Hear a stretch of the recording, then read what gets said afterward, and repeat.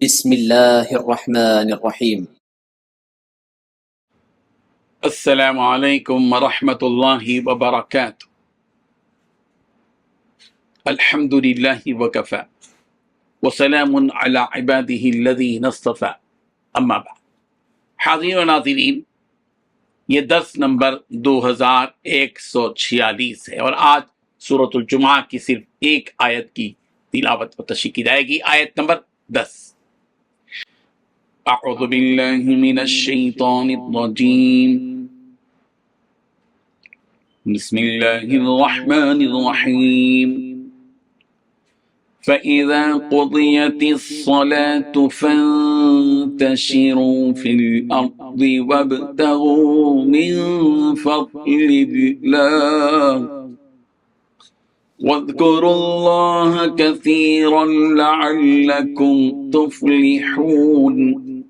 صدق اللہ العظیم۔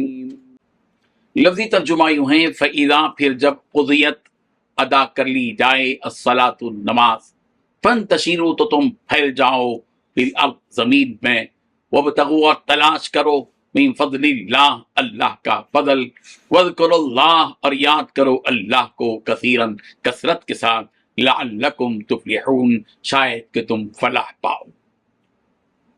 ترجمہ یوں ہے، پھر جب نماز پوری ہو جائے تو زمین منتشر ہو جاؤ اور اللہ کا فضل تلاش کرو اور اللہ کو کثرت سے یاد کرو تاکہ تم فلاح پاؤ۔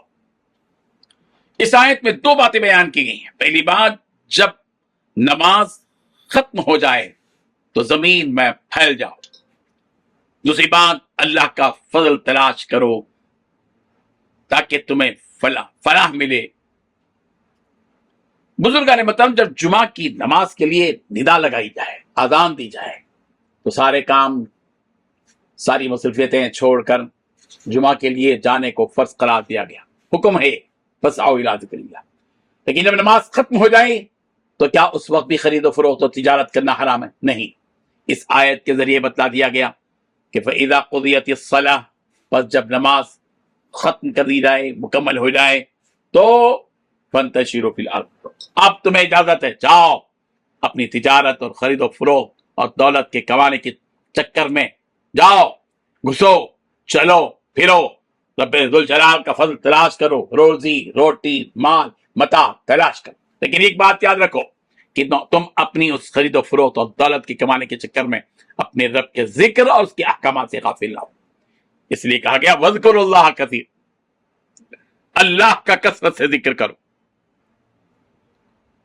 وَابْتَغُوا مِن فَضْلِ اللَّهِ کے بعد کہا جا رہا ہے اللہ کے فضل کو تلاش کرو، کاروبار کرو، لیکن اللہ کو مت بھولو، اللہ کو یاد کرتے رہو، ذکر کرتے رہو، اور اس کاروبار میں اللہ تعالیٰ کے احکامات کو یاد رکھو کہ حلال ہے یا حرام ہے، کہیں اس سے اللہ ناراض تو نہیں ہو جائے گا، اللہ کس طرح راضی ہو جائے گا، یہ جذبات اپنے دل کے اندر رکھو۔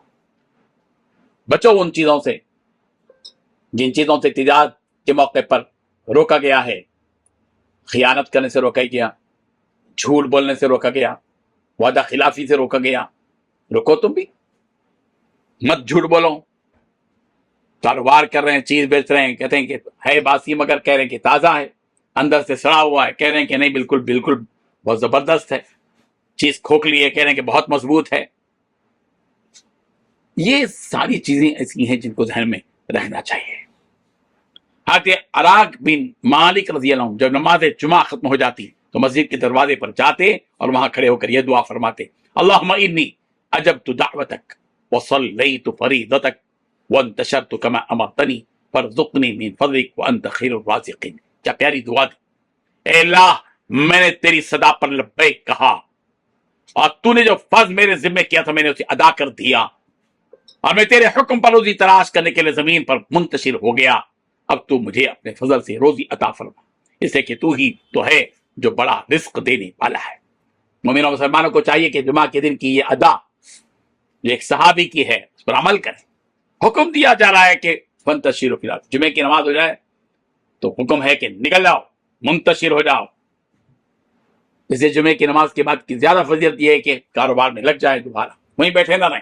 حضرت عمر رضی اللہ عنہ کے بارے میں آتا ہے کہ وہ چھڑی لے کر آتے تھے جو جمعے کی نماز کے بعد بھی مسجد میں بیٹھا کرتے، کہتے تھے کہ چلو نکلو فانتشروا فی الارض، زمین میں چلو پھرو، روزی تلاش کرو، بیٹھے ہی مت رہو۔ بعض سلف صالحین سے مروی ہے کہ جس نے نماز جمعہ کے بعد تجارت یا خریداری کی تو اللہ تعالیٰ اسے 70 گنا برکت عطا فرمائے گا۔ اللہ، جب بندہ اس رب کے ایک حکم پر اپنی تجارت کو چھوڑ کر اس رب کی عبادت میں لگ جائے اور پھر اسی رب کے حکم پر نماز کے بعد اپنی تجارت شروع کرے تو اللہ تعالیٰ یقیناً اپنے حکم کو ماننے کی وجہ سے اسے بے شمار برکتیں عطا فرماتے ہیں۔ اس آیت میں نماز کے بعد جو روزی تلاش کرنے کا حکم دیا گیا، اس بارے میں علماء تفسیر نے فرمایا کہ یہودی ہفتے کے دن اپنی عید مناتے تھے، یعنی ان کے یہاں فضیلت کا دن ہفتے کا دن تھا، تو وہ لوگ اس دن کوئی تجارت نہیں کرتے تھے۔ تو شاید مسلمانوں کو بھی یہ وہم ہو گیا ہوگا کہ اس دن ہم بھی تجارت نہیں کریں گے، اسی لیے اللہ تعالیٰ نے اس غلط فہمی کا ازالہ کرتے ہوئے نماز کے بعد تجارت کرنے کا حکم فرمایا، اور تجارت کو اپنا فضل کہہ کر منسوب فرمایا کہ اس تجارت کے ذریعے روزی تلاش کرنا یہ بھی ایک عبادت اور اللہ کا فضل ہے جس پر تمہیں ثواب بھی ملے گا، اور اگر حلال طریقے سے کماؤ تو برکت بھی ملے گی۔